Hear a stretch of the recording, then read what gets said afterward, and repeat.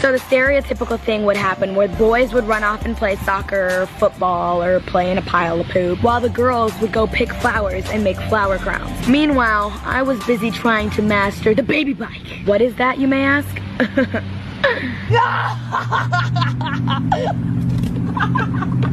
When I was a kid, I swear this pole looked like the longest drop down, so I never did it. Not anymore though, cause I'm grown now.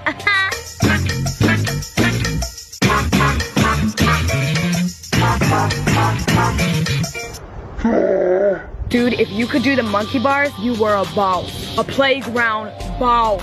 You can't do it, Sally. Bro, shut up, Carl. Yes, I can. Then prove it. Man, Carl, eat my crayons, bro. Watch me do this. Woo!